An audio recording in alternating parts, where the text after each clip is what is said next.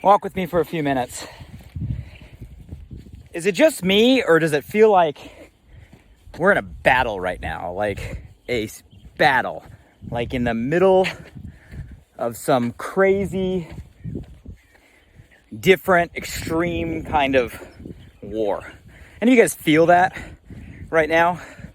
Every single day with kind of the way you're waking up, going through the day, when you're going to bed. Give me some feedback below. Drop a comment of just how you feel right now about the crazy crisis we're all facing across the world. I feel like we're in a battle. I feel like we're in a war. We're in a war that's worldwide. Like a really unique time. We're in a war right now where it's like everybody across the world, all humanity, all society is facing the same challenge at the exact same time. Aligned as one, right? As humanity, as society, as people. We're in a war, we're in a battle against something like you can't even see. An enemy you can't even see.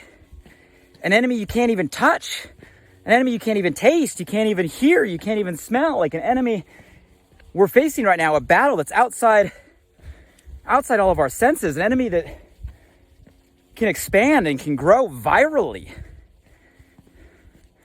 And I know some of you guys think I'm talking about the coronavirus, COVID-19, because everything I just said is true of that enemy, and that is a war and battle we're facing right now. But what I'm more concerned about, even beyond the real severity of the virus we're all facing, I'm personally more concerned about the other battle, the other war, the other virus that all of us are fighting right now.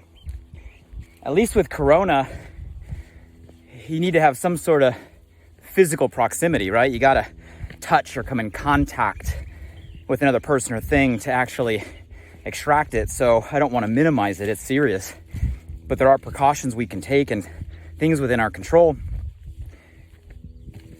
The virus I'm talking about is growing even faster, is growing even more viral, is affecting even more people at a much rapid rate, has a lot of the similar qualities. We can't see it, we can't hear it, we can't taste it.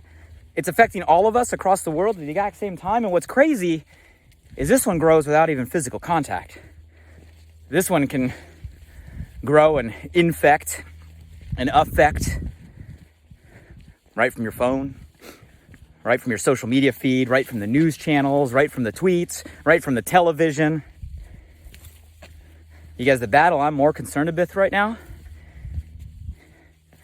the virus I'm more concerned with right now, the war I'm more concerned with right now is fear. Fear. Right now, the bigger pandemic, in my opinion, is a crisis or a virus or a battle or a war, whatever term you want to use, against fear. Now, I know there's a lot of conversation, a lot of feeling, and some people use the word fear, some people use different language, anxiety, concern, worry, panic. I've talked to a lot of people in my own social circle that aren't sleeping well at night right now. How many of you guys know people right now that you've heard those words or at least sense those feelings of worry or concern or panic, or people are tossing and turning at night? You guys, it doesn't mean they have corona, but it does mean they're facing the other virus we're all facing, which is up against fear. Let's talk about this for a minute here. You guys, fear, don't get me wrong, fear is something we all need. Fear serves us, right? If you go back to why we have that instinct, why we respond that way, I mean, it was initially created for survival, right? Matter of fact, our oldest brain, right back here, some call it the reptile brain or the lizard brain, where that fear response lives, like that was created, is to keep us safe. But over, the last however many thousands and thousands of years, we've developed this whole new brain. Matter of fact, it's even called that, right? The neocortex, our new brain that has the ability to think and process thought, which is amazing. It's what separates us from our ancestors, but not to go into the neurology of it. That's not the point of today's talk.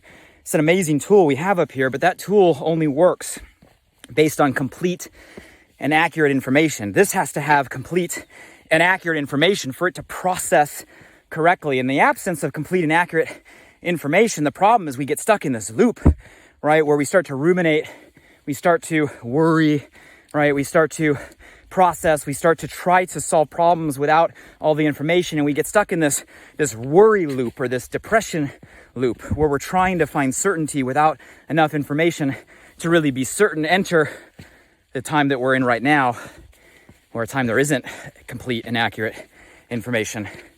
Hence why so many people are stuck in this loop and why it's growing as fast as it's growing. So you might be saying, well, what can we do? Because I know there's a lot of people that are dealing with this. Matter of fact, I'll pause, let me check in. Let's be open and honest for a minute. How many of you guys know people right now that are stuck in that loop, like ruminating, thinking, worried, concerned, maybe even having panic attacks, not sleeping? How many of you guys know people? Comment below. If you're willing to be strong and say it's affecting you, comment below. I'll tell you that you won't be the only one. It's affecting many of us right now, and rightfully so. It's a dire situation. It's a real situation. So you might be saying, well, Blake, this all sounds super negative. What can we do? Let me give you some thoughts on what we can do to fight the greater pandemic, this pandemic of fear, and keep fear from going viral, right? Keep fear from growing faster and larger and a greater magnitude than it has to right now as we combat the battle we should be combating, the real battle, which is the virus itself. First thought, and I know this is easier said than done, don't solve problems that don't yet exist. Don't solve problems that don't yet exist. You guys, look at history, your own history.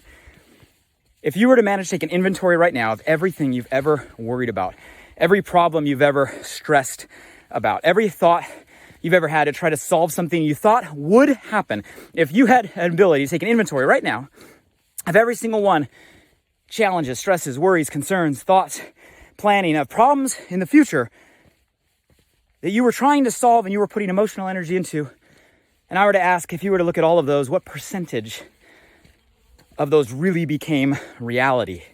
What percentage of those concerns really became reality? I'm willing to bet for all of us, 99+% of things we stress about, worry about, get anxiety about, never actually happen. Am I right or am I wrong? Is this true or is this false? If we were to be honest with ourselves, for every one of us individually, of all the energy we put into worrying about what could happen, I'd say 99+% of those never actually happen, which means 99% of our mental energy, emotional energy, worry, concern, anxiety is futile, in vain, waste of life, solving problems that don't yet exist. So guys, first thing to stop fear from going viral, to battle this greater pandemic we're all facing, is we can't solve problems that don't yet exist. Now don't get me wrong, we need to solve real problems that really exist. And we have experts all across the world coming together. It's amazing to see, banding together to solve those problems with the best minds that we have. We can't put our head in the sand like an ostrich or curl up in a ball or be overly naive. Like, if it's a real issue, it's a real issue. But if it's not a real issue, it's not a real issue. And we got to ask ourselves and be real with ourselves. Which leads me to kind of the second point. Well, then what do we do? Focus on what we can control. You guys, everything falls into two buckets. Things you can control, things you can't control. I know we like to lie to ourselves, thinking and creating a facade that we're really in control of more than we are. But you guys, we got to be real. Elevating consciousness, self-awareness, emotional intelligence is really coming to the conclusion and admitting what is within our control and what is not in our control, and being okay with that. So what is within our control? And what's outside of our control? If it's outside of our control, it's outside of our control. You can't do anything about it. So stressing about it isn't going to do anything about it, except get you in that worry loop. What is in our control? Being prepared, making smart choices, following the instructions that we've been given by the experts, so that way we can take care of ourselves, our family, and be not be a hurt or a threat to those we come in contact with. That's all within our control. We should be doing all of that. Sorry for the heavy breathing. Straight uphill right now. Headed back to the house.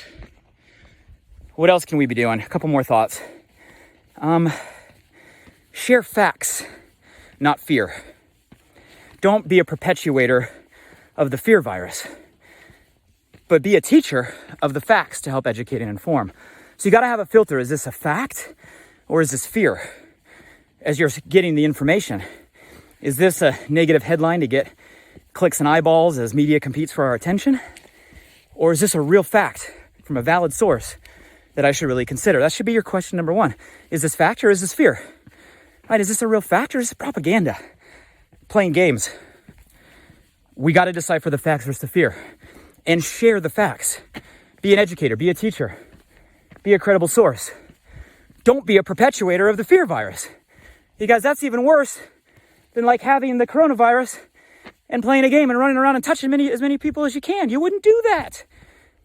Well, then don't do it with the fear virus. Don't get fear and run around and touch as many people as you can through your posts, through what you're sharing, through your conversations, through your texts. It's even worse. You can touch more people all day long from the luxury of your own home and they don't even know you're doing it. You're infecting people. Share facts, not fear. What else can we do? Let's flip it to positive.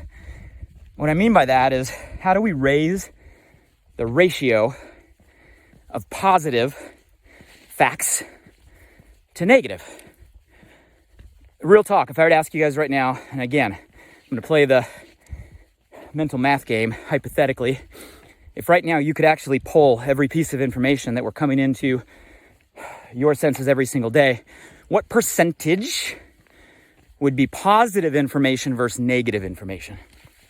Think about that. For every one positive story, positive outcome, positive fact, how many negatives are we filtering?